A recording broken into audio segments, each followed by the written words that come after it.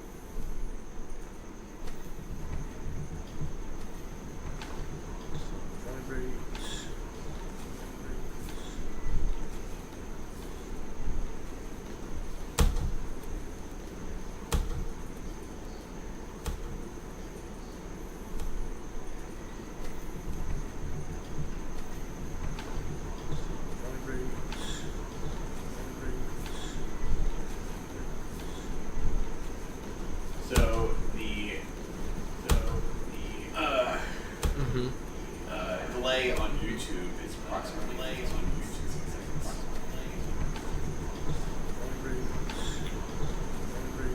Forgot about that being one of our advantages. Our delays usually.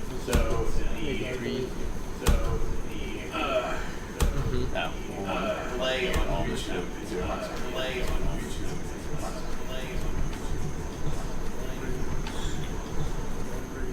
Forgot about that being one of our advantages. Our delays usually.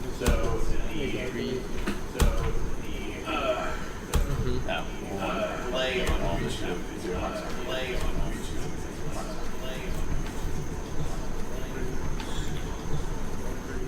Forgot about that being one of our advantages. Our delays usually.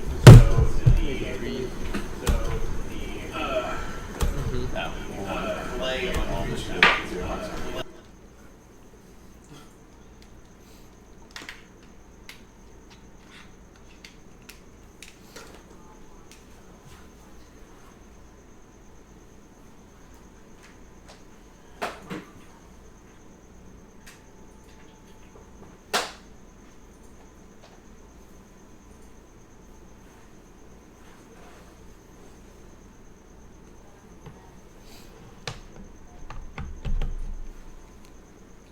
Bathroom really quick.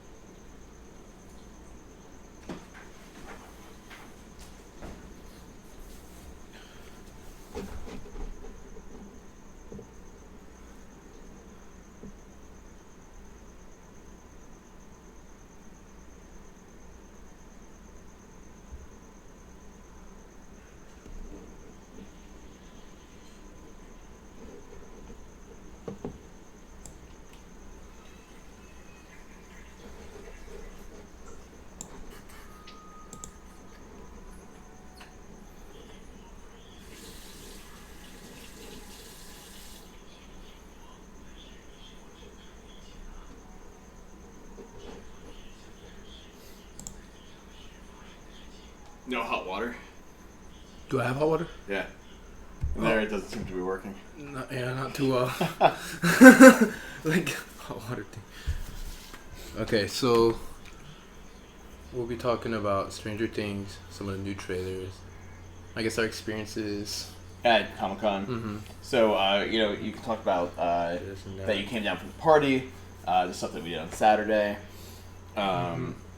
Your experience actually experiencing the con itself on Sunday as a guest. Mm-hmm. And then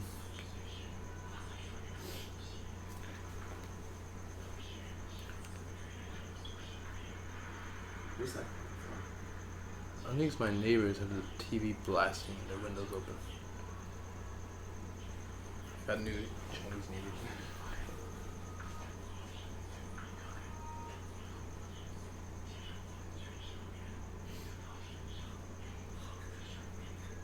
Someone just hit up there. Old house tape. I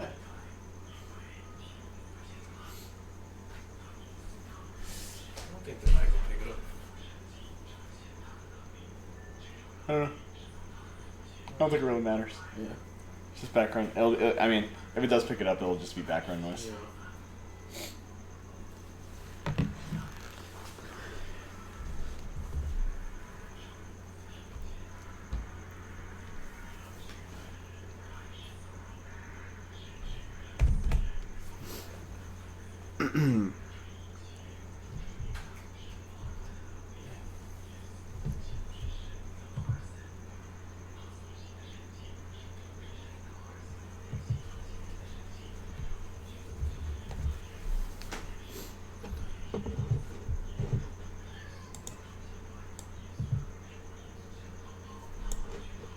Screen with the main. Did you load anything on the main? Like any like pictures? No, because I didn't have time to really. Yeah, I didn't have time either. Like I wish I did. You can pull up your. Maybe you can add in your reaction video. Yeah, yeah.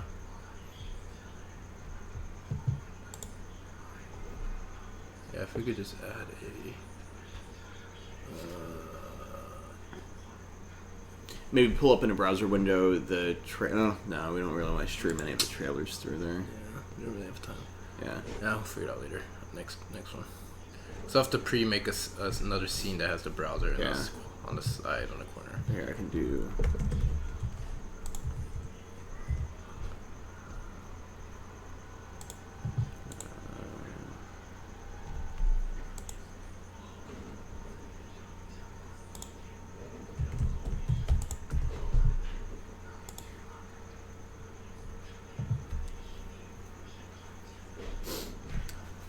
What do you think? Hat or no hat? You can't really see they haven't shaved in a couple of days, right? Hat's nice too. That's what I'm used to. Seeing you with that. Is there a weird shadow? No, there's no weird shadow. Oh, wait. My face does look a little dark.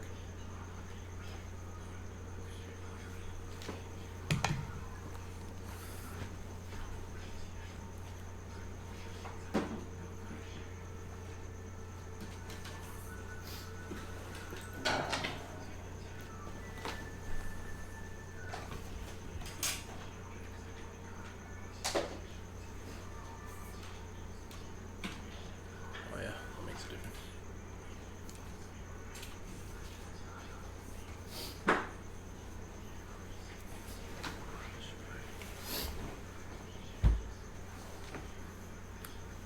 It's a little shiny, but Yeah.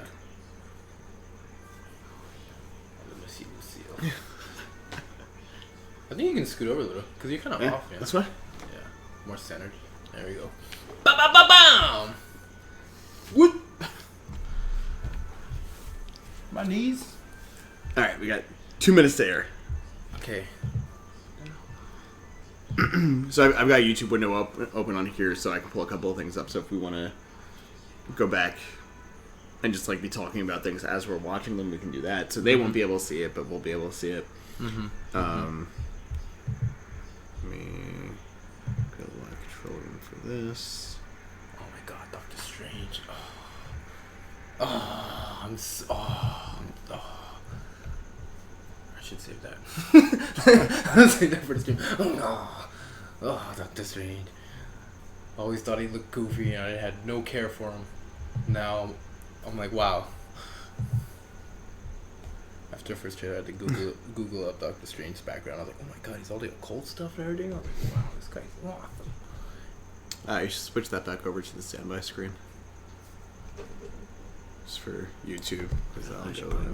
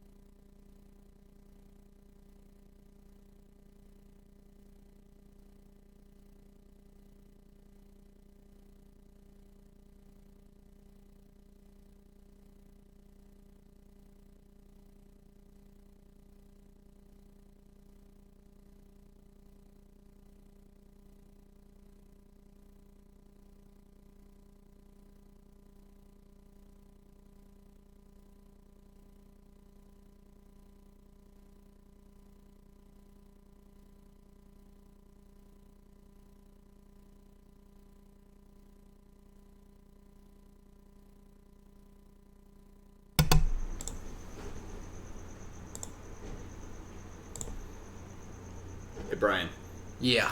we're late. Oh, are we?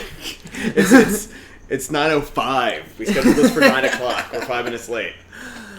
But Well, we had to drive back from San Diego Comic-Con. how was your drive back? Mine was long. It was long. It was traffic. Yeah, It well, was you bumper like to bumper for you left maybe 3 or 4 hours before I did. Let's introduce ourselves though. Yeah. Let's talk about that a minute. This is Bryan. Yeah. So yeah, I'm Bryan. I'm Josh. I am a producer at that hashtag show. Bryan, who are you? I'm don't know. I'm known as Bigenso on here and social media. I'm also a host on that hashtag show, mainly Pop Culture Renegades. And yeah. But this weekend, you were doing stuff for that hashtag show, not Pop Culture Renegades. You were down at Comic-Con, as we were just talking about. Yep. Our drive back, which you left right after we finished that huge news feed, which I still need to finish editing. That was long. I had 4 audio tracks on this thing and 5 different clips. There were 9 people in that. Yeah, that was on Sunday, right? That was crazy. That was pretty cool. That was fun. Yeah, it was a lot of fun. It was just it's good. It's a lot of work on the back end. Hopefully that'll be up either tomorrow or Wednesday at the latest. Because I still have to sort through all the Comic-Con footage. So there was so much. That was the fun time, huh? Yeah. Yeah, man. But so anyway, your drive home. We'll get to talking about Comic-Con in a minute. So you left at 7 o'clock, right? Maybe 8. Yeah. Oh well, actually we didn't get a chance to eat. So right. We didn't eat all day, so we finally man. we finally had our first meal at 9:30. On the way, because we had to go back to our stand, whatever. And on the way, we ate some noodles, and then we got on the highway. So we're later, right? Right. There's still traffic. It was it was bumper to bumper for an hour and a half, going 30, 40. So during the day, I got really mad hungry out on the floor. So I'm doing stuff back at the booth, just taking care of trying to get some of the footage logged and keep things contained because we're wrapping out because yesterday was the last day. Yeah. So I'm all right. There's a cafe in the back. I'm gonna go get a slice of pizza or a burger or some chips or something. So they had hot dogs there. Hot dogs were $5. And I'm an idiot. So I was like, hey, so in addition to that hot dog, why don't you put on some chili from the nachos and some cheese from the nachos? Yeah. I'll have a chili cheese dog. The buns that they had there were the loosest, thinnest hot dog buns I think I've ever had. So they dumped all of this chili on top of it and all this cheese on top of it. And now I'm okay, well, how am I supposed to pick this thing up? Yeah. So I'm eating this chili cheese dog and my hands are just covered in chili and cheese. God. So, and it's the hot dog is sliding out from underneath all of it because it's a jumbo hot dog and it's a regular sized bun. Cutie Pie in chat says knife and fork. That would have been a smart move. But I'm an idiot. Yeah, I just imagine 2 buns that aren't even attached. That happened at the end. It started falling through the bottom. I'm it's just So your hands became the bun. Yeah, and now I'm just holding chili and cheese sauce in my hand, and I'm behind the booth with Dave selling his comics up in front, and here I am trying not to get Oh gosh. I'm can I hide someplace? But was it good? It for a overpriced convention center hot dog. Yes. Yeah, it wasn't bad. Awesome. It delivered. But later on at night we went to Phil's Barbecue, which you guys should have gone to. Because I wish I could have, but by the point that you guys actually ate and then left, we probably because we finished eating around 10:30, I think, okay. And that's when Sean and I took off, and we had traffic too. Yeah. But I'm tired as shit because I've been sleeping 4 hours a night, maybe 3 hours a couple of the nights. And we get Stranger Things is a TV show from Netflix. We will talk about that in just a few minutes. How were the post-con food toilet trips? I'll let you know when I go. And that was from The Real Jerome, who's also on that hashtag show. The real J-Rome is probably in the bathroom still from last night. But yeah, so we took off at 10:30 or 11. I don't remember exactly when it was. We get about an hour up the highway, and I start doing one of these. And I'm like, man. all right, I'm awake. And 20 minutes later, same thing. I'm like, all right. So I look over. I'm like, Sean, I think you're gonna have to drive. So Sean took over driving from there. I pulled over to like one of those like triangle striped things. I was like, all right, let's switch. Oh man. So he drove like the last 45 minutes of the trip home, and I was out. I was done. And this was after drinking a Red Bull. Because I had one in my car, so I was just like, all right, I'm gonna pop this thing open. I'm gonna chug it. I'll be good. Sometimes I feel like when I'm tired and I have like a big caffeine shot like that, it makes me more tired. Yeah, this didn't do dick for me. like I need to like write Red Bull because that shit did not give me wings. I don't know what was going on there. Come on, Red Bull. But so that was my Friday night, and then I had to wake up 3 hours later to go to work this morning. So that was fun. What about you? So you said that you were stuck on the highway at 9:30.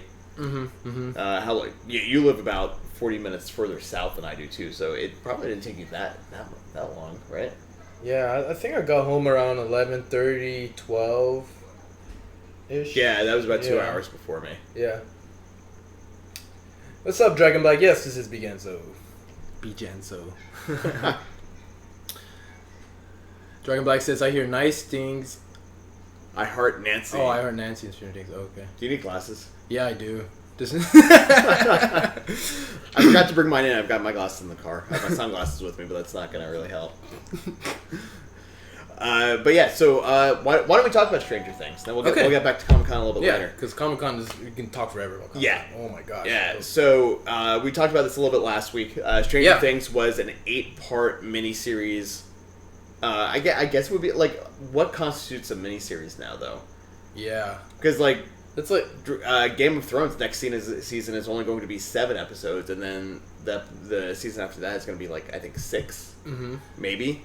So I don't know anymore. So it's a series. It's an 8-episode series. What are we gonna get? Like DLC for series now? Yeah. Like, they're gonna I don't know. But yeah, so Stranger Things, 8-part series on Netflix. It is very reminiscent of like early 80s or 90s, like Stephen King, Twilight Zone, Amazing Stories type shows.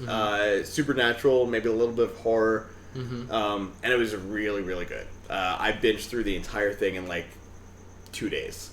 Yeah, and that's what we talked about in the last show. And you challenged me to watch it, and I was like, okay, I'm gonna see this. And I too binge watched it. Yeah. After seeing 1 or 2 episodes, I was locked in. You're right. It's like a mix of Goonies times Fringe. Yeah, times like a little bit, touch of Supernatural. It was fun. It was like wholesome family fun, but it wasn't like there was some horrible violence in this, but in such a way that it wasn't like out of the blue where you were like, oh my god, what just happened? You're like, oh, that makes sense. You're just like, oh, it's real. Yeah, this is serious. Yeah, like they mean business. Cutie Pie made a good point. Miniseries kind of stands on their own. That's true. There's no seasons. So, right. It's just a beginning and an end, and that's pretty much about it. So, yeah, I guess this was a series then, because it is coming back for a second season. We don't know where the second season is going to go yet. Whether it's, do we know it's going to be a continuation? Oh, so we don't know if it's going to be a continuation. As far as I've read, it's going to be a continuation. I don't think it's going to be another story. I think it's going to continue from where this left off.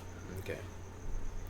So what did you think overall? Like what stood out to you in the series? It was. This is the thing I'm having a hard time putting my finger on. It was familiar enough. I think there's this nostalgia factor about it because it's kind of set in the 80s, right? Right. Yeah. It takes place in 1983. 80.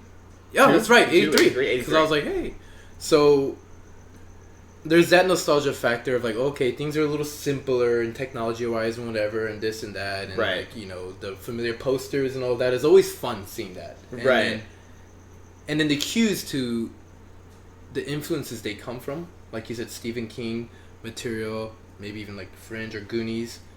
Yet it was fresh enough and different enough to just like keep you starting. Right. Like I wasn't sitting there watching. I couldn't guess what was gonna happen. Yeah, it wasn't like, oh, I've seen this before. Why am I watching this? It was all like super engaging and super good. Yeah. Like Yeah. like I don't know like how else to explain like how good it was. It was just, it's one of those shows where if you watch it and you like that first episode, you're just gonna get hooked and you're not gonna be able to stop watching it because you're like, what happens next? What happens next? What happens next? And because it's on Netflix and you can watch each episode after that, you do. Yeah. Like it's not like, you know, back in the 80s. Yeah. When the show was on, you know, like you could be watching, I don't know, like well, Twin Peaks was more 90s, but even in the 90s, like so you're watching Twin Peaks, and that episode ends and it's a cliffhanger, and you're like, oh my god, what's happening next? You have to wait a week to find out. Yeah. And now you just have it. Now you can just boom, boom, boom, boom. Yeah, it's interesting because, like, you know, some movies or shows, you watch it and when something's really good, sometimes it's very obvious what it is. It's like, it's so good because this actor, you know. Right. Like, you know, Robert Downey Jr. Iron Man 1, he just killed it as Tony Stark. Or, you know, this film, it was the action was unbelievable. Like in Winter Soldier, how brutal they were having those hits made Captain America, like, ugh. But this, I feel like across the whole board, everything was solid. Like the directing, even I noticed just even the production, some of the angles. I was like, oh, that was I've never seen it that way before. Right. And the writing, the story, right. All of that was great. And what I think we talked about this a little bit last week. The people who were responsible for this, the Duffer Brothers, they had one previous show on Netflix called Wayward Pines, and other than that, they had a few like short films that they did, but those two were really their first like major series. So it's really impressive. Like, you know, it's almost like what's his name? Duncan Jones, the guy that did Moon. Where, like, you know, I went and saw Moon and I had never heard of this guy before, and I was like, this is really good. Yeah. Cutie Pie in chat asks, how scary is it? I have a high bar when it comes to how scary things are. I don't get scared easily because, like, I grew up with all these things. Like, when I was 6 and I wouldn't be able to sleep, or I was sick and my mom would stay up with me, we'd go and we'd like fucking watch like It or like Critters or Troll or you know, like whatever shitty horror movie was on Cinemax or HBO at the time.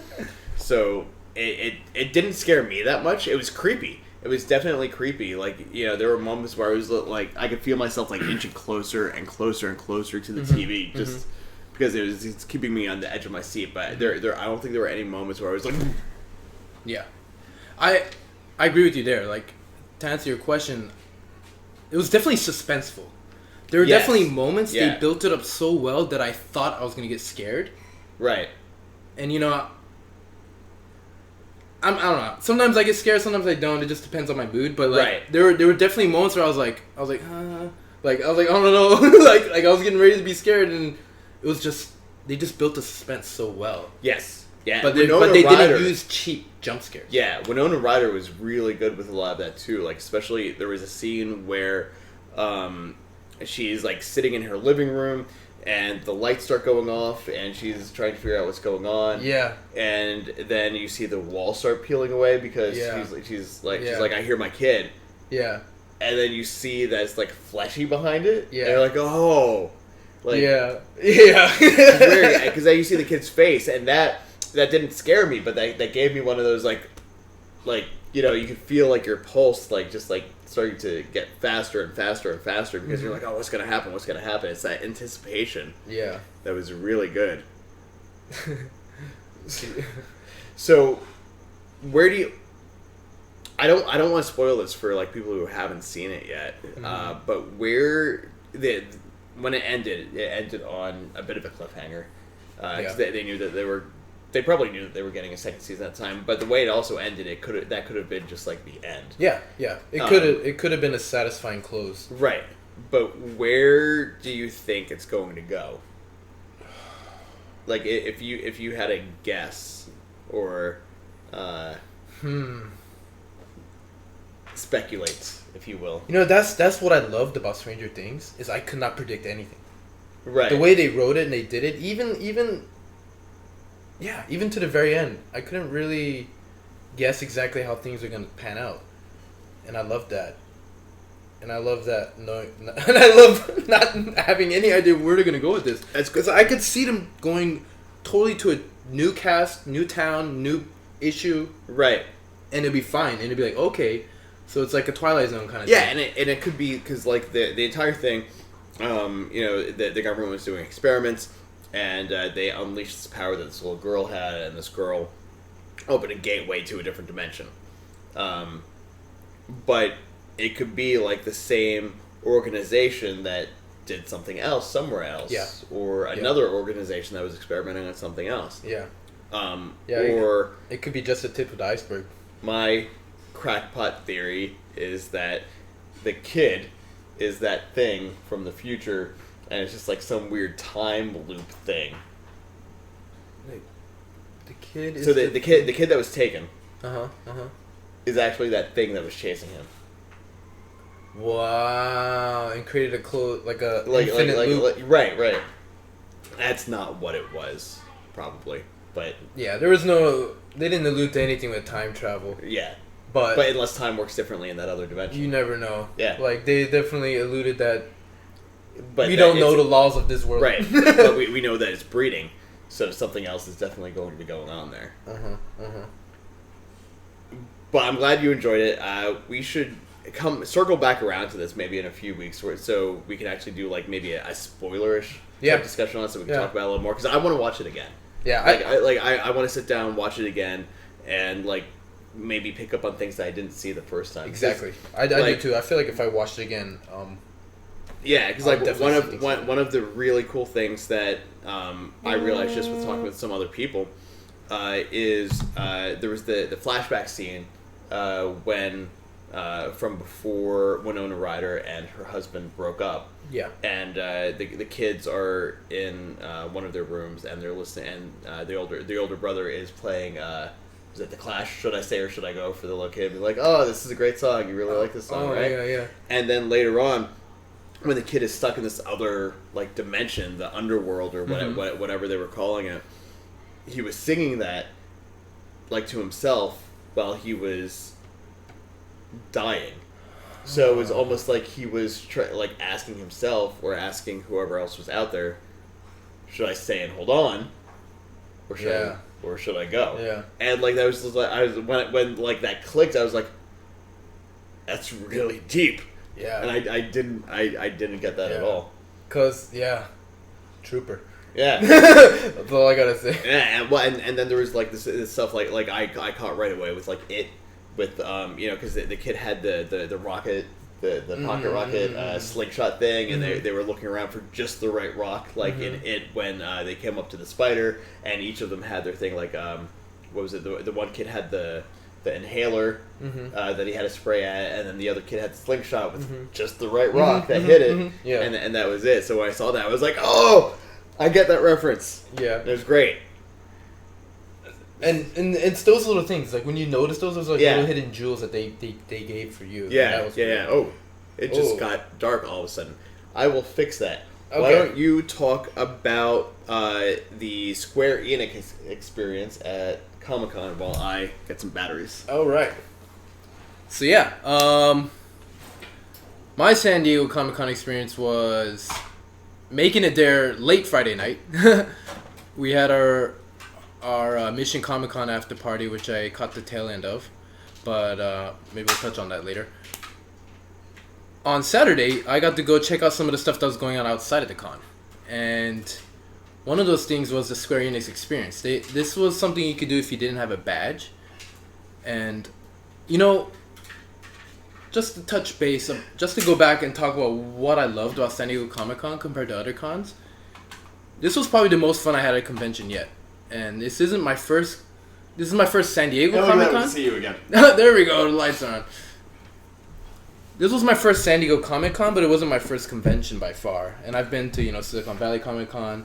I've been to some other things, but this was by far the most fun I had. And I think one of the main reasons was because of the outside of convention events and themes. Like any restaurant, bar, wherever you went to, everyone was wearing, a geek pop culture T-shirt or they had a theme or something. Right. Like everyone was in on it, like it was a holiday. It was Christmas, and everyone was decorated.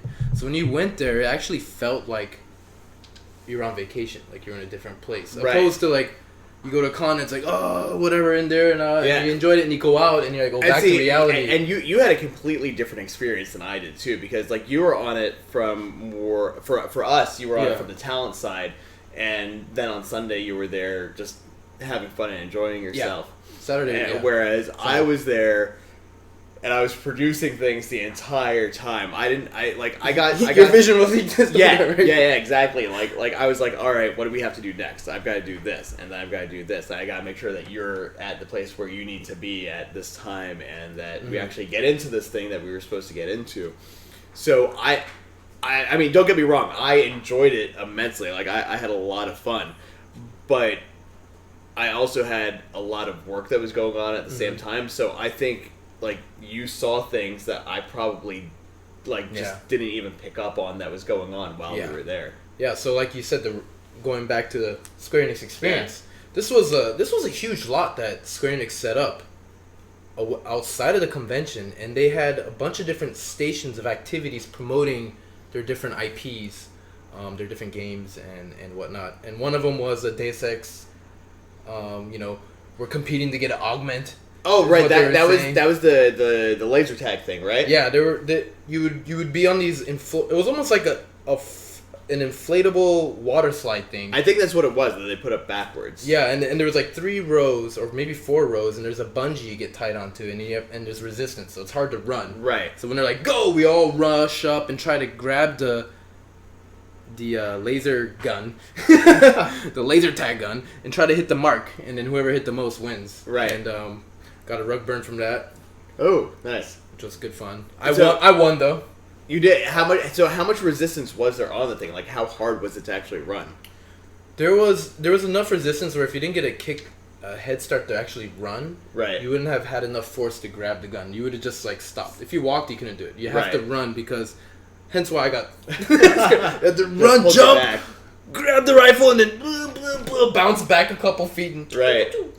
So that was just one little section they had. Then they had a little arcade area. Yeah. Where they were showing you got to demos. play Final Fantasy 15. Yeah, Final Fantasy 15. It was actually the same demo they had at E3. So this was and that was the same for the Deus Ex demo. All the demos that I was aware of were at E3. Right. And this time it was available for the public, which was pretty cool. And with that. Final Fantasy 15 demo, they had a cool thing where you could, if you played and completed the demo, you could win a T-shirt, exclusive to that day. That was really cool. There's a rock climbing thing. Yes, themed after Tomb Raider. That was fun watching you guys do that. like watching you guys play the demos. Like for me, I don't I get why some people like watching other people play video games. Yeah. I'm not one of those people. Like it just doesn't like if I'm going to watch a video game, I prefer to be the person playing it because otherwise I'm just standing there watching someone else have fun playing a game. Yeah.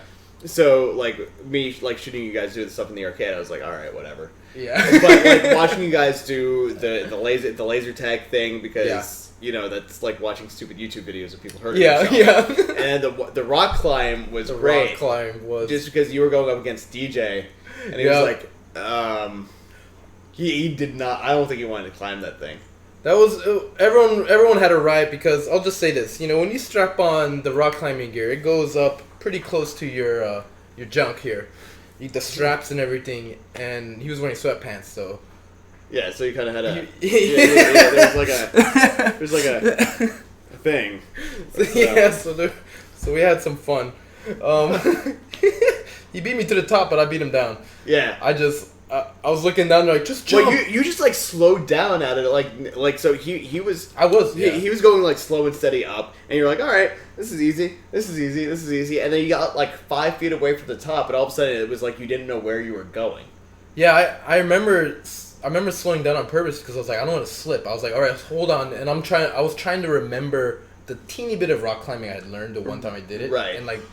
and how you plan your path. So I was like, Yeah. all right, what would be the fastest way? And doing that was why. you stopped. You stopped. And you're like, I should've "All just right, kept where am going, gonna like I was go doing. next?" Where DJ was just like, "Fuck it, I'm gonna get to the top." Yeah. But yeah, jumping down was fun. I've never done that before. Where you just jump off Yeah, the wall.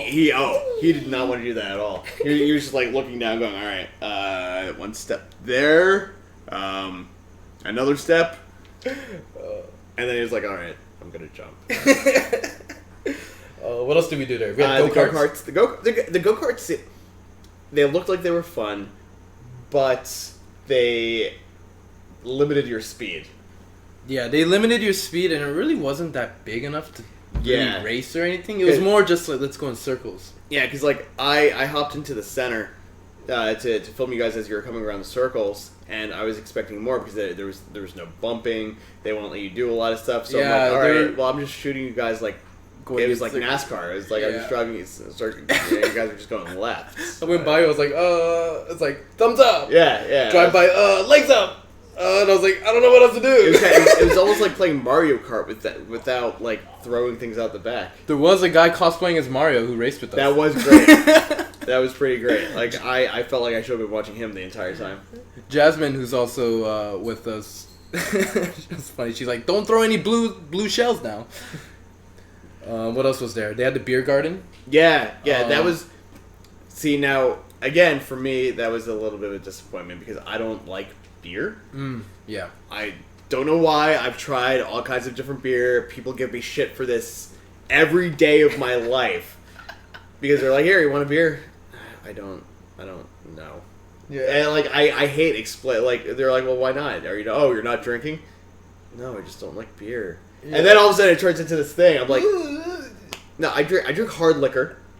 I'm not like some like wine cooler drinking guy. Mm-hmm. I'll drink it. I'll do Jack and Cokes all night long. Tequila, hard alcohol I'm good with. Just there's something about that hoppy aftertaste that I just don't like for some reason. Oh, thank you, Slack, for the 10-star donation. Thank you. Maybe we will be able to buy some more batteries for our lights. Yeah. Something other than beer to drink. Yeah, like Jack and Coke. It's like Jack and Coke. It's also more alcoholic. I only need one Jack and Coke, and that's like the equivalent of like 2 beers. Unless it's like some like crazy craft beer. Less pee. It's like that is also true. It's less to drink. Less calories. It's just. Yeah. I'm on you with that. Or I can just drink the Jack straight. Yeah. Out of the bottle. Yeah. And it's a bigger bottle than beer is. Which I should have done that last day. On Sunday we had that final wrap up. Oh yeah. And I was like, maybe I'll just have a drink. But see, that's what. And as soon as I bought it, it's like, all right, we're going. I was like, what's that? See, now Sean had the right idea. He grabbed not at E3. I want to say it was at Kamikaze last year. We were given a bunch of these Nintendo cartridge flasks. Nintendo cartridge flash. Yeah, Whoa! so they look like a Nintendo cartridge. They're like that size, and then there's a little rubber stopper on the end, like where you used to like blow into it to make. Oh, really? And you pull the stopper out, you can fill it up with whatever. So Sean was the unlucky guy that had to sit in line for Hall H all day, every day. Oh gosh. So he was either in line at Hall H or in Hall H until like midnight because all these panels that we had to get coverage for. He writes articles for our website, and so he was like, you know what? I'm gonna bring some rum. So he brought. He's like, I'm gonna fix this. Yeah. Situation. So he brought a bottle of rum, filled up the flask, and his He had a good time. Yeah, he had a little bit better than we did. That's awesome. So speaking of Hall H, though, we got so much this year. Ooh. Like, it felt like it was almost trailer overload. Yeah, yeah. Now, you guys talked about this yesterday on the newsfeed a little bit, so I don't want to go super into detail on a lot of the stuff that you'll be able to watch when I get that up either today, or not today, either tomorrow or today. Wednesday. No, I'm joking. It's not going to happen. For you, I believe you said that you thought DC won, or were you on the Marvel side? I was on the DC side. You were on the DC side. So on DC, we got a teaser trailer, sort of. No, I guess it was a full trailer for Justice League. Yep. We got a teaser trailer for Wonder Woman. Yeah. Well, you could argue it's a full trailer too. There was quite a bit of. Yeah, there wasn't. I have a question for that later too.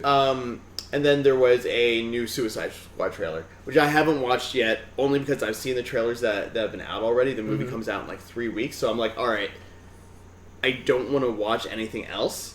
I want to be, I want to be surprised by the jokes or the fun moments in the movie. Like I'll usually watch trailers because I want to be like, all right, I want to know what I'm getting myself into. Yeah. But with this one and like with Star Wars, I tried to stay away towards the end because like when you get to the end of a marketing campaign, they start dumping like all this footage out. Yeah, it's just here's more information, here's more information, here's more information. I'm like, no, I don't want to. Just let me go watch the movie. Yeah. I felt like I saw the new Suicide Squad trailer. I don't know. I could be wrong, but I didn't remember seeing too much new material. Actually, like there wasn't anything in there like, oh what? Like it was just like, oh okay, yeah. It was just like 5 seconds more of what we've already seen. Right. Continued on. Right, but then next week they might add in another 5 seconds, another trailer, and then. In another week, there'll be another trailer with another 5 seconds that we haven't seen. Yeah. And I'm just like, I don't. The next thing you know, you see Joker and Batman dancing. You're like, what? Right. Yeah, it's like, wait, I didn't want to know that. What? Jason Todd? Where'd you come from? Yeah, Jason Todd comes out. There's a rumor now too that the Joker in this movie is actually Jason Todd because there was a toy at Mattel, I think, that had the Joker in the Batman costume. I've heard people saying this before, but I didn't hear that. But like, I feel like this is the thing everywhere. Everyone is like, I bet that's Jason Todd. I bet that's Jason Todd. Hal Jordan is really Jason Todd. The Joker is really Jason Todd. Yeah. Wonder Woman is really Jason Todd. I'm like, what? Everyone is not Jason Todd. Yeah. It's just it's like the Jason Todd conspiracy theories are getting a little out of hand. That would be interesting though. If Wonder Woman was Jason Todd. Yeah. Because wow, he's pretty dope. Or what? Cleans up nice. Yeah. He got taller. Taller than Batman. But yeah, I mean, I'm excited for this movie. I'm excited for Suicide Squad. But the Justice League trailer, I think, is the one that stood out to me the most because it felt so different from Batman v Superman and even the Man of Steel. It felt like they heard the fans that said Batman v Superman wasn't fun enough. And they're like, all right, we'll make this a little bit more fun. I'm concerned still that, they're pulling out the best stuff for the trailer. That, this team building thing is going to get to a point. It's going to be like, oh, that was it? Yeah. But I'm hyped off of this trailer. Me too. This trailer just totally won me over, and this is adding to me becoming quite the DC fanboy. Were you a Marvel guy before? Growing up, I was always a Marvel guy, but now I'm starting to.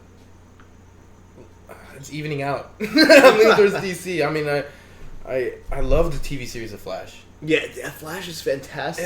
I had no idea just how awesome the Flash is. Yeah, but speaking about that show, though, the show just explained it all for me. Grant Gustin, like for me now, is like like for me, the Spider-Man, like my Spider-Man, is Spider-Man from the 1990s animated series. Yeah. Not Tobey Maguire, not Andrew Garfield, even though I think Andrew Garfield did an amazing job, and Tom Holland has done a great job with what I've seen. But that Spider-Man, granted, they had 3 seasons and 24 episodes a season to build that character up, so they had a lot more time than the movies had. I get that, but the way that character was portrayed on there, like, you got the inner conflict, you got the smart ass, you got the I'm kind of socially awkward, but at the same time I'm Spider-Man type thing, and it was just a really well developed series and character where when we got to the movies with Spider-Man, I was just like, I don't give a shit.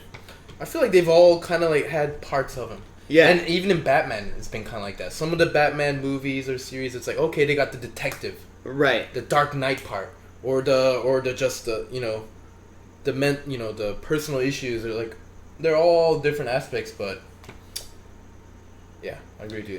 And Yeah, but going back to the Flash, so Yeah. Grant Gustin was, as soon as I saw the pilot at Comic-Con 2 years ago, when the only thing that I did at Comic-Con was go to the DC on TV panel because we waited 30 hours in line for Hall H, and Joe, my partner on that hashtag show, came in Saturday, he came in Friday night, and we were like, all right, we don't really have that much of a crew this year, so we're just going to go and we're going to cover Hall H. And, that'll be good. Yeah. So we got into line around, I want to say it was like 7 o'clock Saturday evening. Mm-hmm.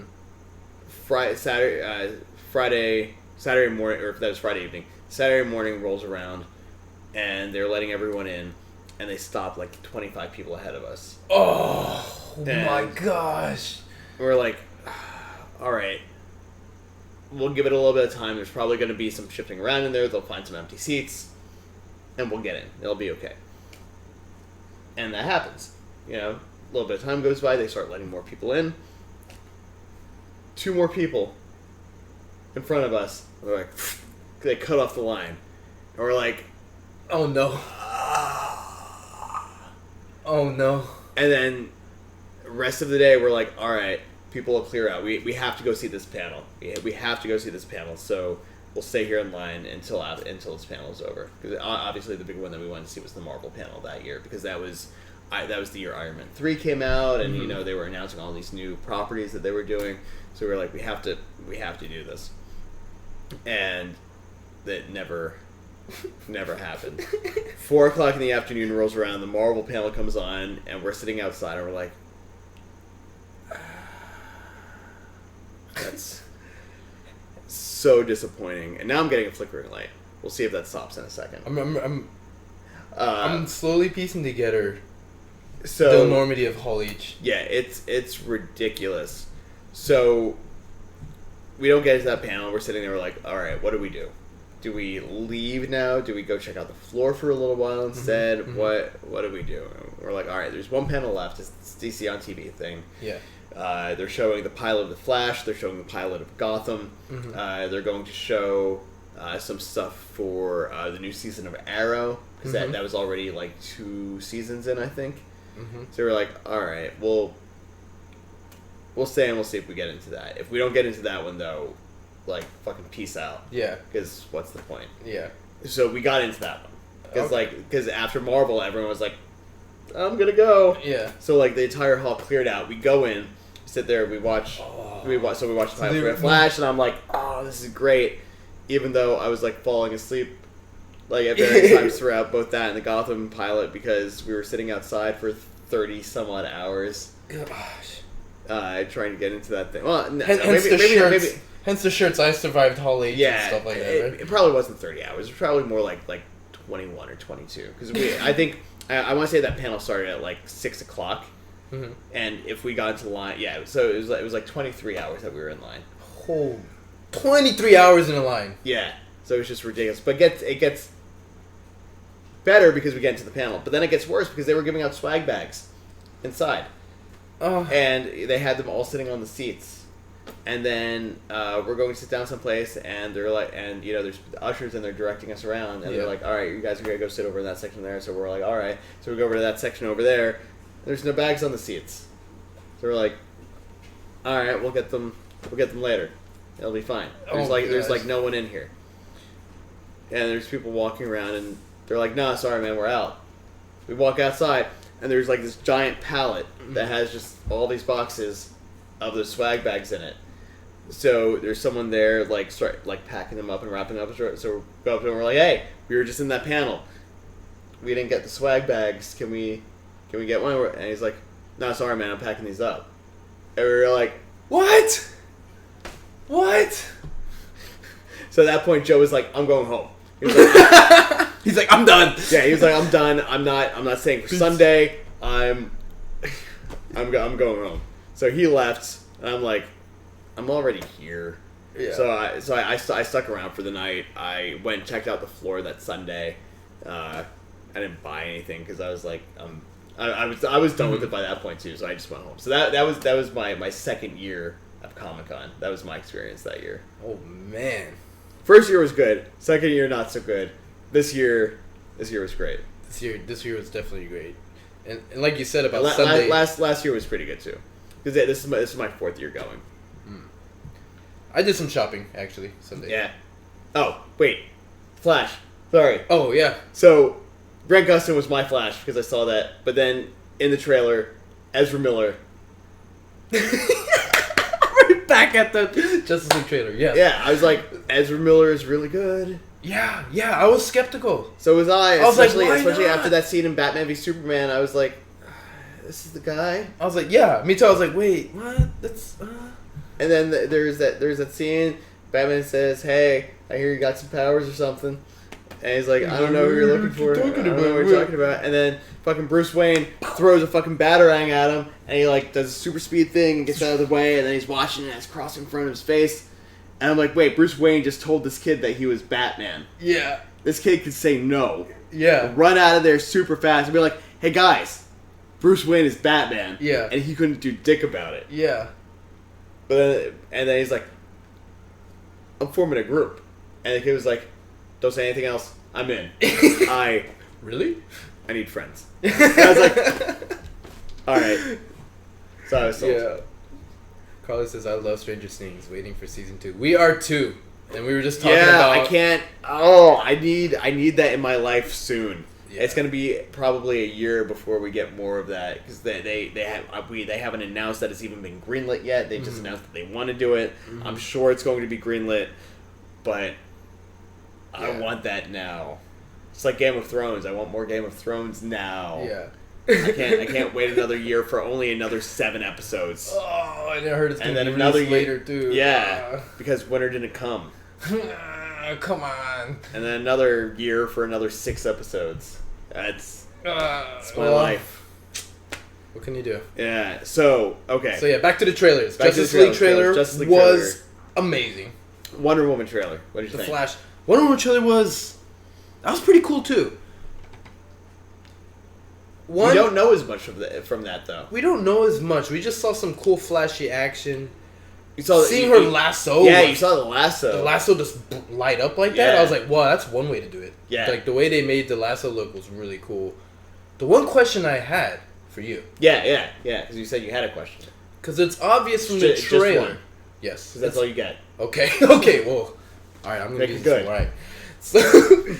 So it's obvious from the trailer that Wonder Woman has a romantic interest with the human being, a man, Steve Trevor. Steve Trevor, Played Captain by Chris Kirk. Pine. Yeah. Yeah, Captain Kirk. And because of that, possibly she decides to enter the human world and mingle with our affairs like World War I. Right. Which they showed clips of her being a part of. Riding a horse. Yeah. So I was like, oh, okay. There's a love story, and that's why she decided to leave and come let us know that she exists. Is that in the comics? I don't ever remember So hearing about Wonder Woman have a romantic interest outside of Superman and Batman. no, Steve Trevor, like they Different, they dated for a long time. Oh, okay. That relationship was a thing in the comics. Okay. And he was basically the reason that she left Themyscira. So Themyscira is the island where all the Amazons live. It's a society of all women, and they're like Wonder Woman. I don't remember how many like different versions of the character this is true for, but at least in the current version, she was made out of clay. So like it's using like the ancient Greek mythology of how Zeus formed people out of clay, and that's how Princess Diana or Wonder Woman kind of came to be. And so I believe that's the same for everyone else there too. Is that they were created, like all these females were created. They weren't actually born. So Steve Trevor crash lands on the island.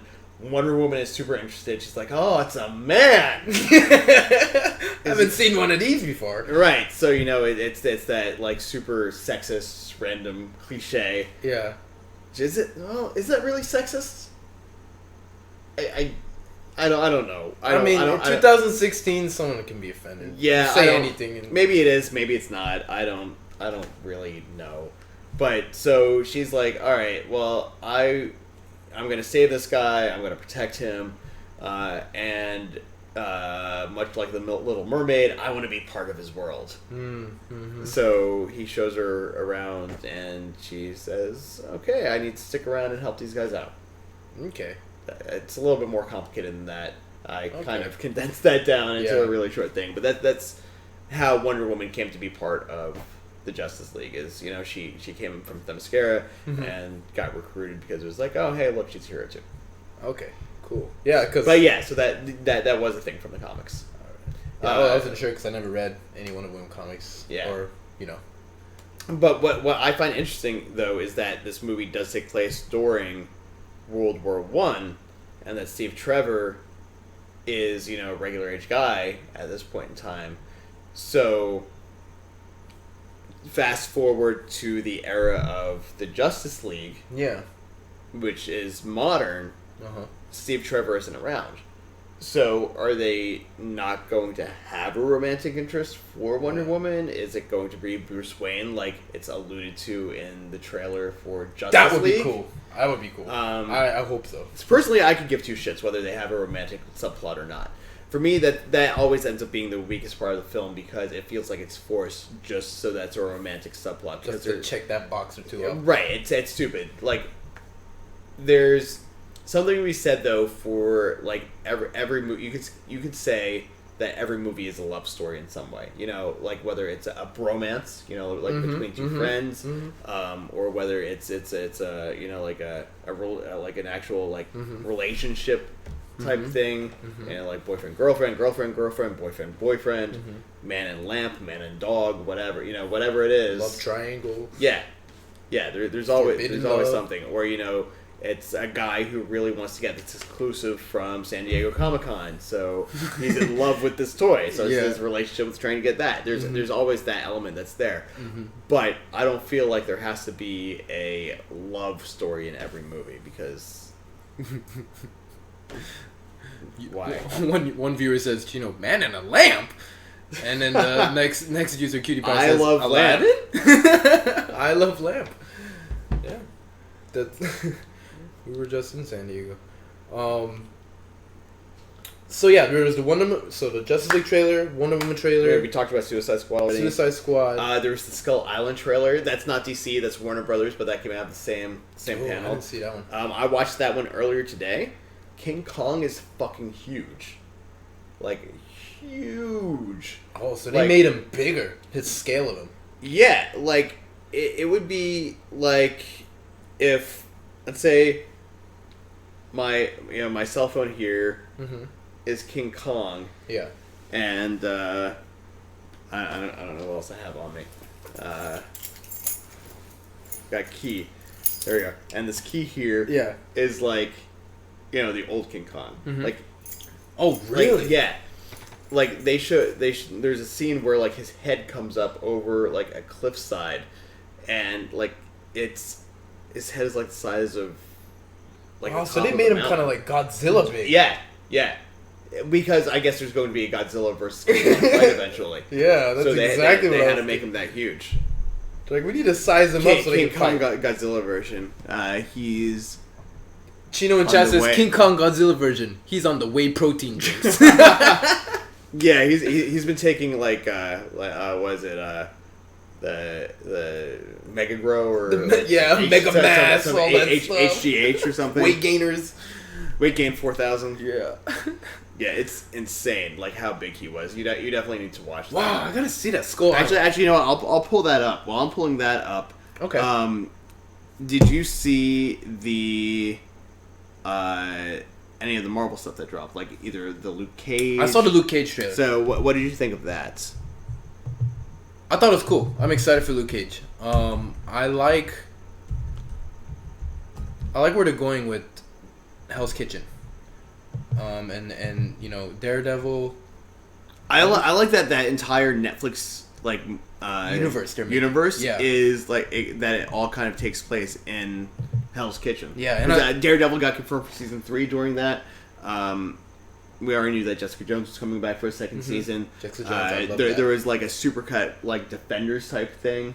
Oh, really? That they showed I gotta during look that. up, yeah. Um, But yeah, the Luke Cage trailer, it was Luke Cage. Yeah. Like, I feel like his appearance in Jessica Jones was awesome. He was great in that. But this trailer definitely was like, all right, we're going to show you just how badass Luke Cage really is and can be. They he had his moments in Jessica Jones and he was in that, but this trailer was just like, oh, this is... Right, this is all about me Luke, now. This is a Luke Cage show. And then Yeah. there was the Iron Fist thing, which... But for me, like, Luke Cage, the trailer for Luke Cage and the teaser for Iron Fist both felt kind of similar. I didn't see the Iron Fist In a one way. yet. It was a very short teaser. It was like 15 seconds. Oh, Like, you see him, like... It's just like, oh, yellow mask. And then he punches down a door, and like that's kind of it. All right, so this is loaded. So this is going to be a reaction section of Bryan watching the Kong Skull Island official Comic-Con trailer. Yeah, I turned some audio on here for you. Hold on, wait. I'm gonna turn that off for a second. Let me fix this. I gotta mute. You gotta mute our stream, yeah? I gotta mute us. Let's try that again. Alright. Wow, see, this is completely fresh to me. I didn't see posters, nothing about this. I didn't know this existed.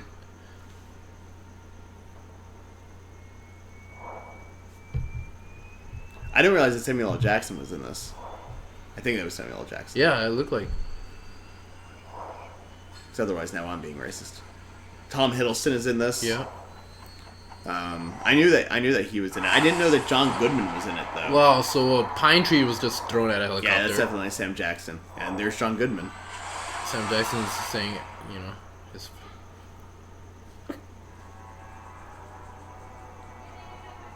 So we don't know how they found Skull Island though.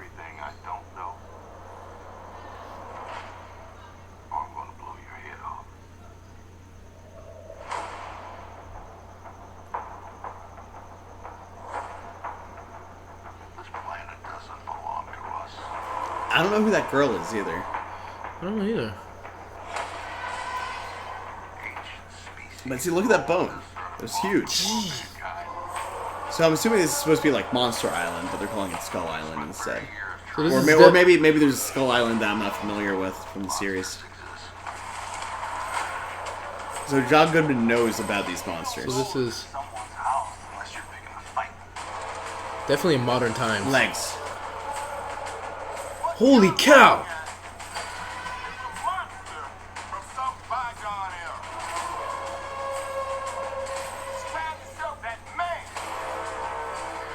What? So why aren't those birds huge? So opposed to the King Kong movie, this is definitely modern times. And that was we definitely dinosaur. And you just saw that hand. Oh. And here it is right here. So you'll see.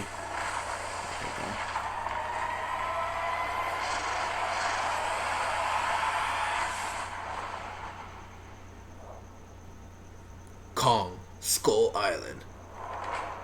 Dang. I mean, that's... So to put it in perspective, basically a human's head is the size of his eyeball. Yeah. No. Maybe your torso. Yeah. Your torso could be the size of his eyeball from what I just saw. Yeah, that was... It's Dang. huge. That's going to be exciting. But, yeah, so that one was good. And then, that was, like, between Marvel and Warner Brothers and Netflix, like, I think they pretty much stole the show. Yeah. There was one that's not as well known, Valerian. It's a really popular French comic that Luc Besson, who from The Fifth Element, has adapted into a live-action movie with Dane DeHaan, who was Green Goblin, and he was in Chronicle. Cara Delevingne is in it. Valerian. And it looks interesting. Like I haven't seen any of the footage yet. We went to the press conference before the panel and got to listen to Luc Besson and Dane DeHaan and Cara Delevingne talk about it a little bit, and it sounds really cool. It's like some like military type thing. It sounds almost like an Ender's Game type thing. Interesting. But I'm not exactly sure. One other trailer that was revealed that I saw was the King Arthur one. I haven't seen that one yet either. I've heard that's weird. It's definitely a huge, seems to be a huge diversion from the classic story. Other than There's like a lot of like monsters and shit in there. Yeah, there's like giant, war elephants. I don't know. It looks like it could be a pretty fun action flick. There's like magic. It's like they're trying to. It's like a fantasy film. Okay. For sure. Yeah. Which, I mean, King Arthur is like a fantasy. Yeah. Yeah, it is. There were like dragons and the Green Knight. Mm-hmm. And I heard some people were kind of like, they all think it's gonna flop, but I was like, I don't know. It could still be fun. Like, it's too early to tell. I think I don't know enough about it, and the trailer showed a lot. Really, it showed a lot of different stuff. See, for me, that's like almost too much. Like revealing, like spoilery too much. Do you remember a movie that came out last year called Seventh Son? So with Jeff Bridges, and I don't remember the name of the kid that was in it, but it was like a medieval fantasy type thing. The seventh son is destined to do like great things. It sounds so familiar. I kind of vaguely remember the trailer. So I don't think I saw it. I saw the trailer for that at my first Comic-Con in Hall H. And then it was delayed by 2 years, and then it came out, and then no one gave a shit about it. And this sounds a lot like that, where it's just like I have no idea when this is supposed to come out, but it sounds like it's gonna be one of those movies where it's like, or like Warcraft. Mm-hmm. Like a lot of people cared about Warcraft, but a lot of people were also like, that looks so stupid.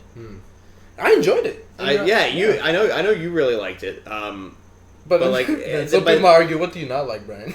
But also, you were a fan of the game series. Yeah, like for a lot of these movies, they're made for the mainstream audience. They want people who didn't play the game to go see it. They want people who did play the game to go see it. So they have to ride a line between being accessible to the main movie going audience, especially when you're spending like $200 million on a movie, and stay faithful enough so that the people who play the game could be like, oh yeah, that was really cool. Yeah.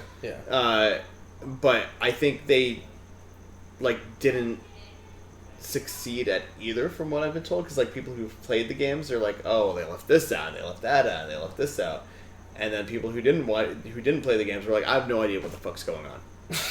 Yeah, I could see that. And the way I took it was like, I don't expect it to be, I rarely expect a film adaptation or anything to really be that true to the source material. But am I going to enjoy it? Like, it was eye candy for me. And, I talked about it in the very first Channel 42 broadcast. I just realized user Chino in chat said the Marines helmets 60s. We were talking about the King Kong trailer. Oh, and that was more modern. So I think he was saying because of the Marines helmets, it looks like they were in the 60s. Oh, it might be. Thinking about it now. Those choppers are the iconic... Yeah, let me go back and look at... So I'm going back a little bit into the trailer. I keep. Yeah, look at the camera that she's using. That's not a DSLR. Okay, you know what I like about that? The fact that this is probably in the 60s or 70s is the weapons are human-made weapons are still. They're not OP. Oh yeah, and look at his camera. Look at the camera that John Goodman's using. Oh okay, yeah. That's a film camera.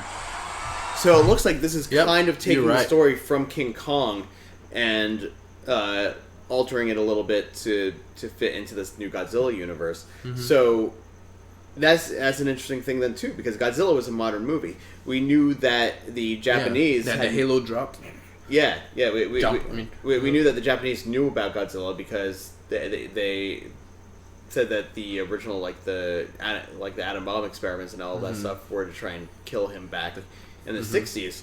So since this is taking place in the 60s, I wonder how this is going to fit in. I wonder maybe at the very end there'll be something like the bomb to take down Godzilla or whatever, something like I don't know. I don't know. They need to merge Godzilla versus King Kong, like Predator versus Alien. Well, I think that's what they're doing, because this Kong Skull Island is from Legendary Pictures, who's the same production company that made Godzilla. And from what I understand, they're looking at making this a whole unified universe. So you're going to be able to have King Kong versus Godzilla. What other like big monsters like that were there? I mean, they had. I mean, there were obviously King Kong's or not King Kong, the enemy monsters. There were the other kaiju. Yeah. So there's like Rodan and Mothra. Go. There was like a robotic King Kong and a robotic Godzilla. Mecha. I remember those movies. That's funny. So they're gonna try to, like how Marvel Cinematic Universe is. Universal is doing the same thing with Universal Monsters. Like they're trying to reboot again, like the Wolfman, Dracula, Frankenstein, to make this merged cinematic universe with the Universal Monsters. I don't know how that's gonna work either. Interesting. So, all right. So we talked about any other trailers? There were not necessarily trailers, but there was a Walking Dead and a Fear of the Walking Dead thing, and there's something behind. Oh yeah, speaking of Walking Dead, this is one of the few swags I was lucky enough to get. Is Lucille, the replica bat from The Walking Dead. Those who know the series knows how infamous this bat is. So I haven't actually held this thing yet. Like how this isn't that heavy. No. Like, this is all like plastic. Apparently they only made 100 of those. Oh, I don't want to fuck with it then. And it's limited to Comic-Con. Are they numbered? I don't. It doesn't look like it. I don't think they are. I think they just made 100 because they were available at one of the stores. Yeah. So we'll announce this now for $1,499.99. This can be yours. Maybe. Place your bids now. So I was pretty happy I got this. Thank you, Joe, for giving me this. And I did buy one thing for myself. I was like, I have to buy something, and what I like about SDCC is they actually have stuff worth buying if you're into anything. Oh, because yeah. They have exclusives. It's the exclusives. Because like all the other cons, like, I can get that online for cheaper. Right, or sale. Obviously. I really don't need that. Yeah, I mean, like... But when they're like, there's only 100 of these? Yeah. The only other cons I know that really do that are Anime Expo will have exclusives, and WonderCon will have exclusives. But most of the other... Well, I mean... I guess the other big ones, like New York City Comic-Con and C2E2, like the big conventions do. But like when you go to the other, like the smaller ones, because you just want to like see what's there or whatever. Again, like your average sci-fi convention from Ontario, Canada. You're not really gonna see any exclusives there. But for San Diego Comic-Con, that's like when they go all out. Like that's the biggest thing where you're gonna find like, there's only 100 of those. Chat's all going crazy about The Walking Dead, shouting Negan, I'm gonna kill that jerk. Are we gonna talk about the finale? No, we don't plan to talk about The Walking Dead today. Not tonight. I actually still need to catch up on it. Yeah. Like I know the story from the comic books. Yeah. I'm actually not caught up on the comic books now, but I know what Negan does. I know Me too. who sees the wrong end of that. I know in the not in the trailer, but in the TV show, that it was left up in the air who he's going to take out with the bat. But I'm pretty sure I know who it ends up being. Yeah. But I want to actually watch it for myself. Speaking of that, they had a pretty cool display there at San Diego Comic-Con for that. Yeah, they did. They had the giant, camper that the survivors often had, and they had everyone kneel down on their knees from the cast. They were like wax figures. Glenn, everyone was there, and then they had Negan standing behind him with the bat. And you can only imagine he's saying this thing: "Take it like a champ." Which is quoted on here. Like, could you see saying that to someone? Like, getting into, like, a bar fight with someone, and then you're just like, take it like a champ. They beat the fuck out of them. So, that was pretty cool. Like, everyone was huddled around there. Everyone wanted to get a shot. That was really busy. Trying to kneel down there, too, and get a shot. I know the Gentle Giant booth was super, super busy. Like, everyone was saying that they couldn't even get in there. The booths there in general were all impressive. Yeah. I was just like, holy cow, Sideshow collectibles, like... Sideshow had a lot of really even cool the stuff. Behemoth. I had like this giant booth. I was like, what the? Entertainment Earth had a pretty big booth. Yeah, and Lionsgate with all the Power Rangers stuff. Dude, everyone's booth was just like did you make your way? Did you see the Lionsgate booth with the Power Rangers helmets? They had the helmets there for the new movie. Yeah. Like I'm like, so if any of you guys actually watch that hashtag show and see some of our coverage, you know that we do a lot with the Power Rangers. We're friends with a lot of the people from like the first couple of seasons and some of the more current seasons. So and Joe, I also got to see Yoshi a couple times. Yeah, Awesome. I kept running into Yoshi from Yoshi Sidarso from Dino Charge and Super Dino Charge, right? Yes. Or is it Dino? No, Dino Thunder was the one that Tommy came back for like 10 years ago. Dino Charge is the current one. I don't really know that much about it. I don't either. All I know is Yoshi's awesome guy. Yeah, I really like Yoshi. But so Joe like was like in heaven just because he was like, ah, Yeah. because he had a prep for Power Morphicon like 2 years ago by watching every episode because we were like, we don't know who else Yeah. is gonna have the time to do this, so he just binged through every season of Power Rangers and watched all of it so that if we ran into certain people, he'd be able to have like questions ready for them and know what he was talking about. What a champion. Yeah, that's crazy. There's like 800 episodes because it's been on for like I think now it's in like its 23rd year. Oh, I was starting to say back to the the exclusives at San Diego Comic-Con. I did buy one thing, which was J. Scott Campbell exclusive cover. Yeah, it's real cool. I just saw For there's the a certificate of authenticity. Yeah. So here's the cover.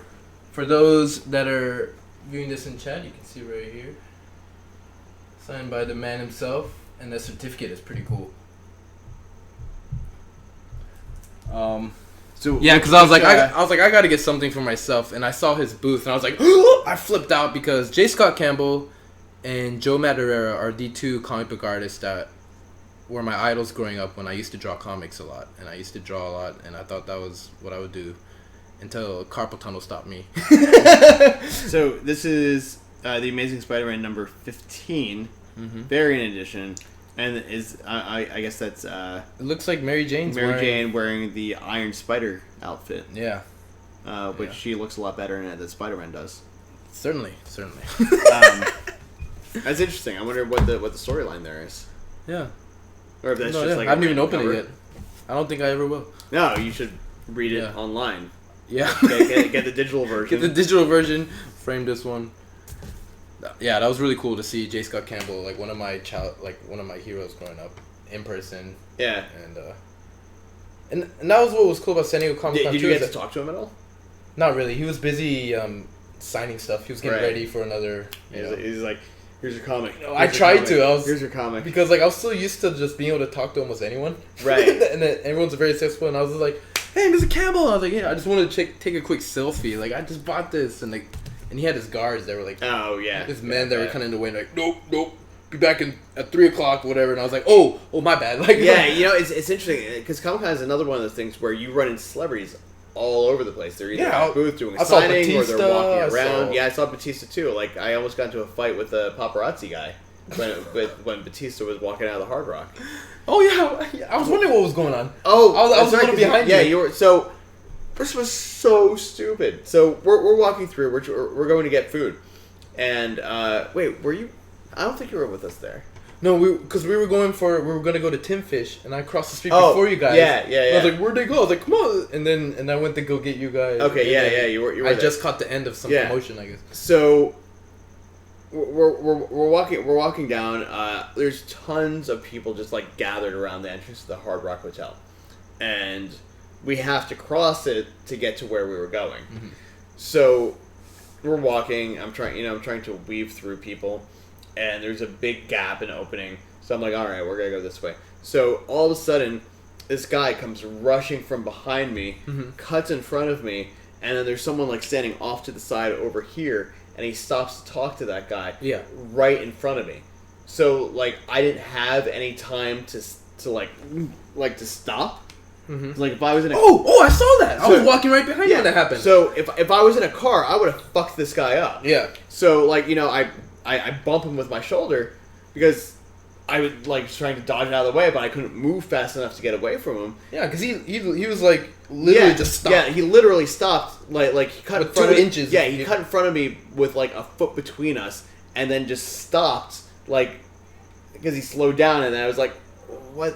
So I bumped into him, and then he's like, "Excuse you," And Yeah. I turn around and I'm like, dude. I'm very patient and I'm slow to anger, but even that whole situation got me a little ticked off. I was like, who do you think you are? Like, what? Yeah, You just went in front of him, stopped, let him bump you, and then you go, excuse you. Yeah, so I turned around, I was like, dude, you just stopped. Me and DJ looked back like, what? And then he turned around, he's like, this asshole just bumped into me. I'm like, no, you just committed insurance fraud. Because if you do that to someone, you're at fault. Yeah. That's not on me because you fucking hit your brakes after cutting me off. That was probably the only time I saw a jerk all weekend. Yeah. I mean, but I've kind of got to the point now walking through conventions where I feel like a dick saying this, but I almost don't care anymore. Yeah. Because, you know, like, you get all these people who are in these big groups that will, like, walk around and then they'll just all of a sudden stop and, you know, like, I'll be carrying the camera gear and, like, I'll hit someone with the camera or I'll hit someone with the tripod because they just stopped in front of me. Yeah. Or, you know, there's the cosplayers who are walking around and all of a sudden some jackass was like, oh, I want to get your picture. And instead of moving off to the side, he'll, like, move across the walkway and be like, all right, I'm going to take your picture. And then there's, like, all of this space where people could be walking. And it just builds up. But it just builds up and builds up and builds up. So now I just go. I'm like, you know what? It's going to take me 5 seconds to walk through there. You can take another fucking picture. Yeah, yeah. And, yeah, I'm being a dick, but this is going to sound, like, super like pretentious and like I'm high up on myself, but I have places to be. I've got a schedule that I need to keep to. I have to be over to, you know, like whatever booth at whatever time. Yeah. I can't afford to just like sit there and wait for people. Yeah. Especially when they're like, wait, no, I didn't get the shot that I wanted. You're blurry. Let me take another one. Wait. Can you put your arm around that guy? Wait. Can you move it to this pose? Wait, let's do this instead. Like, just take a fucking picture. Go out to where everyone else is taking pictures. Or just take a picture. Yeah, just just get out of my way. Yeah. Like I can deal with crowds. I just can't deal with the stupid people in the crowds. Yeah. I'm a city boy, so like crowds don't really bother me. I'm just like whatever, and you get used to like bumping, and it's like this and that. And you just move on. It's like it was an accident. You can tell when it wasn't or not. Yeah, you know, someone's being a jerk. I grew up in a super small town. When I was 18, I moved to Tampa, Florida, and like I was there for like there and Orlando for 18 years. I dealt with tourists on a daily basis. I worked at Universal Studios on the 4th of July. And it took me like an hour and a half to walk from like one end of City Walk to the other end of City Walk, and that's like maybe 1,000 feet. Yeah. So like crowds don't really bother me that much. It's just when people are being stupid in those crowds, because when it's like a 4 or 5. You know, when there's a lot of people around. Things are going to slow down. You're not going to be able to always get to where you're going as fast as you would like. But people being idiots just makes it worse. So I was impressed with that they actually had staff there telling people to move along, don't stop, whatever. Pretty much everywhere. Yeah. So they kept things going. Yeah, that and was I was great. like, this ain't that bad. I will say that this year I was expecting to be a lot worse. Yeah, this year was a lot better than it was last year for that, because there were the the event staff that were standing there going, guys, you can't be there, you gotta move. And I just lost another light. So give me a second and I will give us a new light bulb. And then I think we've pretty much covered everything that we want to talk about. Yeah, so the trailers, what a cool exclusives I got. What else? So yeah, Saturday. Well, what's coming up? Well, we may be checking out YesterCon this Sunday. YesterCon is explain what YesterCon is. I've never been to it before. I've only saw it briefly, but it looks like it's really based on, what DJ in my segment's all about. Throwback Thursdays, the classic stuff we grew up with, 80s, 90s, cartoons, toys, things like that. So apparently there'll be some Power Rangers stuff there, Legends of the Hidden Temple, all that classic goodness, video games, of course. and it's gonna be right here in Carson, actually. Oh, that's nice. That's super super close to you. Yeah, it's Sunday. It's quite affordable. And it's a short, 10 a.m. to 4 p.m. con. Oh, that's really short. Yeah. So we might be checking that out. Is there anything there that you are interested in like that you've seen that you're actually interested in checking out? Some of the retro game stuff. I'm interested to see what kind of arcade cabinets and things they get going. I don't think I have enough batters. We might be a little bit dark for a minute. See if I can move this light over.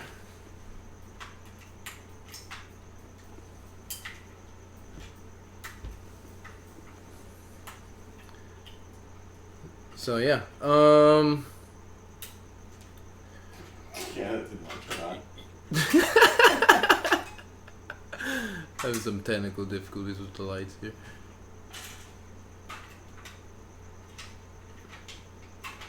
So yeah, what was your favorite thing about San Diego Comic Con? I mean, you said I mean, this was my first con, so Saturday I was working, and then Sunday I got to actually check it out. enjoy it and check out the con and do some little shopping. I picked up some cool stuff like this and that. For me, the best part was the press interviews that we got to do. Oh yeah, see, I have no idea what you guys. Yeah, other than what I had to do, I have no idea what.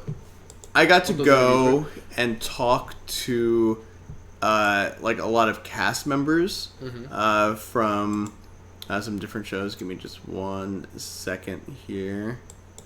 I'm gonna make things a little bit lighter if I can see this. As you guys see me looking really weird as shit. I apologize for the weird looks you're getting from me. Oh no! Don't apologize. It's what we want. All There right. we go. Much All brighter. right. We're back. There we go. So it's gonna be a little bit grainy, but at least you can see us now. So my favorite part of Comic-Con was the press interviews. I didn't actually do the interviewing myself. We had our on-screen talent for that. I guess technically I'm on-screen talent now too. Talent. Yeah. But for that hashtag show, we had our girl Maverick, who talked to the voice cast and producers, directors from DC Superhero Girls. Oh, okay. Cool. Which is a new series from DC. It's been out for a little while now. It's a TV series, but they just released a like a straight to DVD movie tie-in for it called Hero of the Year. So the really cool thing about that is that the entire thing was like all women. So like the voice cast is all girls because it's all female characters. I'm sure there's got to be a couple of guy characters in there someplace. But like overall, like all you said, low. yeah, and all the main characters are females though. So the producer was a female, and the director was also a female. So that's really cool to see. And cool. they were talking about how like even behind the scenes in the recording studio, like the sound engineer was a female, and like a lot of the other people working on it. So it's really good to see that there are becoming more and more roles for female, and that's becoming less of a boys' club. Because when you get people who are all the same working on the same thing, everything is the same. It comes out the same. Yeah, so it just gets boring. It's nice to have different perspectives and to be able to see things growing in that way. So that was really cool. And then I spent some time with Ernie, one of your castmates, and Jasmine, who was running around with us at the Square Enix thing. Yeah. And she was so super helpful. Thank you, Jasmine. Yeah, I couldn't have gone through that day without her. Yeah, it just went so smooth. Yeah. But she and Ernie got to talk to cast members from NCIS Los Angeles, from CSI, or not CSI, NCIS Los Angeles. That's what I just said. Yeah, right? yeah. NCIS Los Angeles. Eric Christian Olsen. He was the dickhead buddy in Not Another Teen Movie. So like so there was Jake Weiler. Yeah. And then there was his friend that made the bet with him. Okay. And that was Eric Christian Olsen, but now he's in NCIS Los Angeles. We got to talk to Lucas Till and George Eads. George Eads was on CSI Las Vegas for a long time. Lucas Till, all of you guys are going to know from the X-Men movies. He was Havoc. Summers, Alex Summers. So that was really cool. The cast from Scorpion, Catherine McPhee, from American Idol. She's on that show now. And the guy from I can't remember his name. He was in American Pie. He was the guy that slept with Stifler's mom. Oh, yeah, I know what you're talking about. He was in Dude, Where's My Car? Yeah. Next to no, I can't remember. No, that's Stifler. That's Sean William Scott, Sean. the guy that slept with Stifler's mom. Oh, him! Shipwreck. Who had a great time in the restroom. Yes. The women's restroom. Yes. No TP. Yeah, that guy. He was there. So yeah, it like for me, those are always the fun things because it's not necessarily because I like meeting celebrities and I like to be like, oh, I met this person, but because that's where I feel like I'm kind of at home is like doing those interviews and talking and talking with them about the shows and like how like the actual like meat of the conversations, not again, not I'm around these people, but how cool is it to work on the show? It's where is this going next season? It's where I get to find out the information that I'm interested in. Oh, that's awesome. So that's always a lot of fun. And then I know Maverick also got to interview like WWE superstar Sheamus. Oh yeah. That I was not part of that one. Because that was a different crew on a different day. We got to interview Dan Harmon, the guy who created Rick and Morty and Community. Oh yeah. So that was really cool. Gendy Tartakovsky, who he directed Dexter's Lab and Powerpuff Girls. It was created by Craig McCracken, but he directed like a lot of the episodes, and then he was responsible for Samurai Jack. Was his creation, and the original Star Wars Clone Wars. Interesting. Was All three of those have the same art style. Yeah. And so that was really cool. So again, like that's for me, those are my favorite parts because I get to hear all these like behind the scenes stories and I get to see like how all this stuff comes together, and that's really cool. So yeah. I think that's about it. Yeah. For this week, we got that was all. I really came prepared to talk about. Next week, if possible, I want to talk about Star Trek Beyond. It came out this past weekend, but we were at Comic-Con, so I couldn't go see it. But it's getting a lot of good reviews. Like there at first before it came out, before people saw it, they were like, "Oh, this movie looks so shitty. It's gonna be horrible." A lot of people have been ragging on it. But now I'm gonna double check and see what the rating is on Rotten Tomatoes. Not that you need to go by ratings on there. Yeah. But their user scores are usually pretty good indicator. Pretty accurate. I agree. It was pretty high the last time I looked. Right now, I'm actually Star Trek Beyond is at 84%. Holy cow! So I mean, that's not bad. That's good for Rotten Tomatoes. Yeah.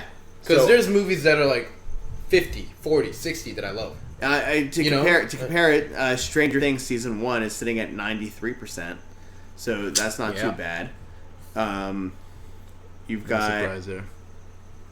Jason Bourne has no score yet. Batman: The Killing Joke is only sitting at 57, which is really disappointing because I do want to see that.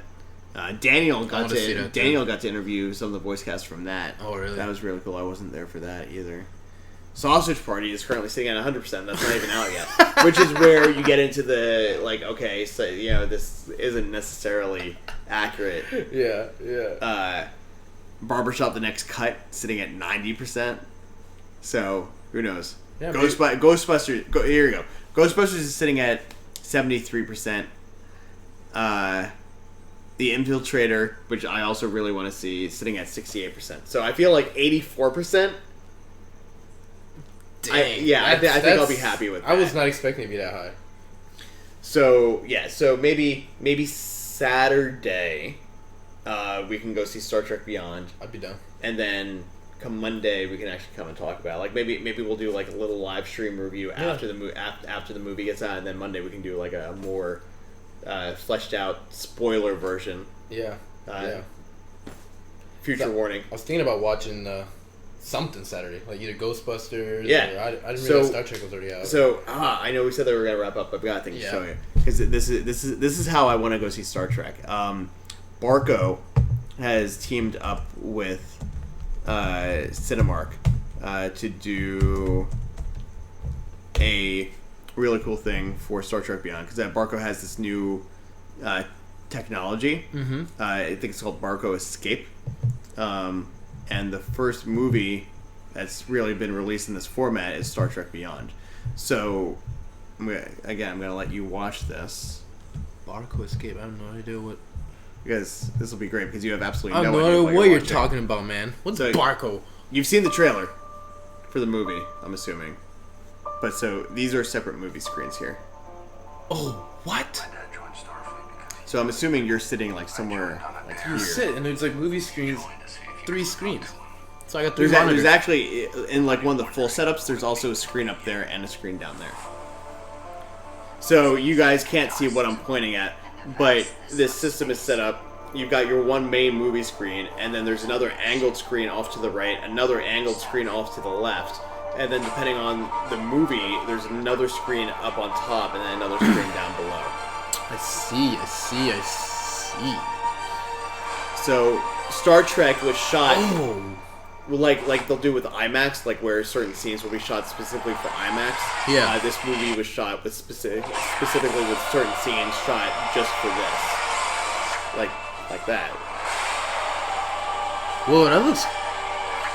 That's like next. That's almost like going to a theater and watching a curved display Yeah, experience, yeah.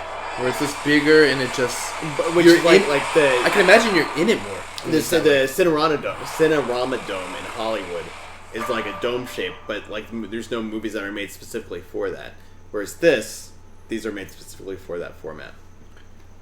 So that's how I want to go see it. Is it possible?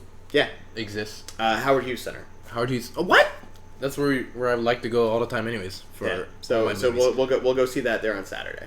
Sweet. And Maybe I can. we'll talk about it. My concern with that is that I'm going to enjoy the gimmick of it more than the movie, Yeah. or that the gimmick of it is going to ruin the movie for me. Yeah. So we'll see what happens. That'll be an interesting good test. It'll be a good test for it. Yeah.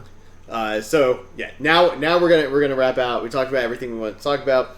We decide what we're going to talk about next week. Mm-hmm. I'm sure more stuff will come up over the course of this week. We'll be releasing some of the footage from Comic-Con on that hashtag show, which you could find on YouTube at that hashtag show TV at youtube.com/that hashtag show TV. They also have a channel here on Africa. That hashtag show, which you can find. Hopefully, we'll start doing some live streams on there a little bit more often. Yeah, we should add that link on the info here. Yeah, I'll definitely put that down there. You can find us on Twitter at TheChannel42. You can find us on... Not on Instagram, because I haven't made an Instagram for this yet. Maybe I'll make Bryan do that. You can find us on Facebook, facebook.com/channel42. Any social media, you can find us there. Just look for the yellow and spacey Channel 42 logo, and you should see us there. Yes, later on, we will catch up on Walking Dead. Yeah. I can't guarantee when, Yeah. because that's 8-9 episodes that I have to catch up on. That's around the same for me, actually. That's a lot of time that I need to devote to that. Although I guess I did do that for Stranger Things, so I could probably just sit down one weekend and that I have a Saturday free and watch that. Maybe Labor Day. That's true. Maybe Labor Day weekend. I don't think I have anything that Monday, so maybe I'll binge through it then. And we're hoping to rewatch Stranger Things and have a more spoiler conversation. Yeah, so we can actually dig into things. 'Cause Deeper thing later on. I want to give everyone warning on that. I don't want to just jump into and be like, all right, we're going to spoil this TV show Yeah. that maybe some of you haven't watched. I want to get that into the description, let people see it for a couple of weeks. I'd be like, oh, I actually really like you guys for some reason. I don't know why I like these two dudes I'm talking about this shit, but I like you guys, so I'm gonna watch this TV show so that I don't get spoiled when you talk about it. Yeah, please watch Stranger Things. It's awesome. Yeah, we both love it. absolutely. We're gonna watch it again. If you do, Bryan, you're a little bit more familiar with the Africa setup than I am. Can people comment on these and like the replays? Yes, you can comment and leave a comment on these VODs, and it will be there. We'll see it. It'll be on our wall. Great. So if you watch Stranger Things and you haven't caught up on it yet, let us know. Because we definitely don't want to spoil it for anyone. We will spoil it, but we want to let you know that we're going to do that. Yeah. And if there's anything you'd like to know our opinions on, or upcoming movies, shows that you'd like us to talk about, please let us know in the comments as well, both here on Africa TV or YouTube, or even on our social media. Anywhere you can find us, let us know. Definitely, because I'm going to stroke my ego here a little bit. I've actually got a degree in film theory and history, so I kind of know what I'm talking about a little bit. Mm-hmm. I haven't really used that degree in a while. I enjoy having these conversations, so if you guys have, like Bryan said, anything that you guys want to talk about, except for documentaries from the 1940s on butcher shops in France, because I had enough of that in college. Or they weren't sausage parties? No. I mean, they were, kind of.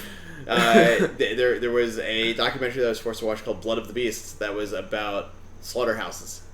That's and it was not good. There was another one called Sunless that was really weird, and there was a scene where a guy was like big game hunting and shot a giraffe like through the neck. And I'm like watching this, I'm like, why am I seeing this? Yeah. It's just not. That's mean. Yeah. Why the neck? I mean, I don't know where else are you gonna shoot a giraffe. Well, anyways, that's the whole. But yeah. These are the things I had to suffer through in school. The things I like talking about are the sci-fi. Like for my film theory class, my final paper was the directive that we were given. Just because I know you guys are interested in this, I had to pick 2 movies, and then a third movie that came out after those 2, and discuss how this newer movie was influenced by those 2 earlier movies. Oh. So, the movies that I picked, I managed to let my professor go off the grid a little bit. I took Star Trek as a whole, so not just like Star Trek the Motion Picture or Star Trek 2009. I took Star Trek, all of the movies that had come out, and all of the seasons of the TV shows, and all the original series and Next Generation and DS9 and Enterprise. The entire universe. Just Star Trek Yeah. as a genre on itself, and Logan's Run, and how those influenced a movie called Free Enterprise. Oh. So that for me that was fun because I got to use my pop culture. Interesting. I haven't seen Free Enterprise. Free Enterprise. It's an older movie. It's from like the early 2000s. It's about 2 guys who are about to turn 30, and having like a crisis about the fact that they're about to turn 30. Mm-hmm. And if you know Logan's Run, once you turn 30, you get that thing. the thing in your hand turns red, and you have to run away, or people are going to kill you because you have to go and convert. So that was the thing with that. And then William Shatner was a character in the movie. Like he was playing William Shatner. Because these 2 guys were obsessed with Star Trek. So it was like really meta. The dude from Will and Grace was in it. Okay. Eric, whatever his name was. I don't remember what his name was, but you should watch it sometime. It's just funny. Anyway, it's enough of me talking about random shit because 5 minutes ago we said that we were going to end this. Yeah. So we're going to go ahead and end this. Again, next week we're going to talk about Star Trek. Tweet to us. Let us know what you want to hear, what you want to see. Mm-hmm. Hit us up if you watch something even if you watch something during the week. If you're watching Stranger Things this week and you're like, oh, I see that reference to it that you were talking about. This is awesome. Yeah. Or you see something that we didn't talk about, or you see a reference that you think we should know about that maybe we didn't catch. Tweet us out and let us know. Follow us on our social medias. Both the Goldman, Bigenso, on most of our things. Yeah, sorry, Twitter, I'm at the Goldman. On Instagram, I'm It's the Goldman, ITS the Goldman. You could try and find me on Facebook. I can't promise that you will. Maybe I'll add you, maybe I won't. That's surprise. Yeah, but if you see any like pictures, videos, even hashtag videos, pop culture renegade videos, anything that maybe you want to know more about that we were involved in, let us know in the comments as well. Maybe we'll bring that up next time.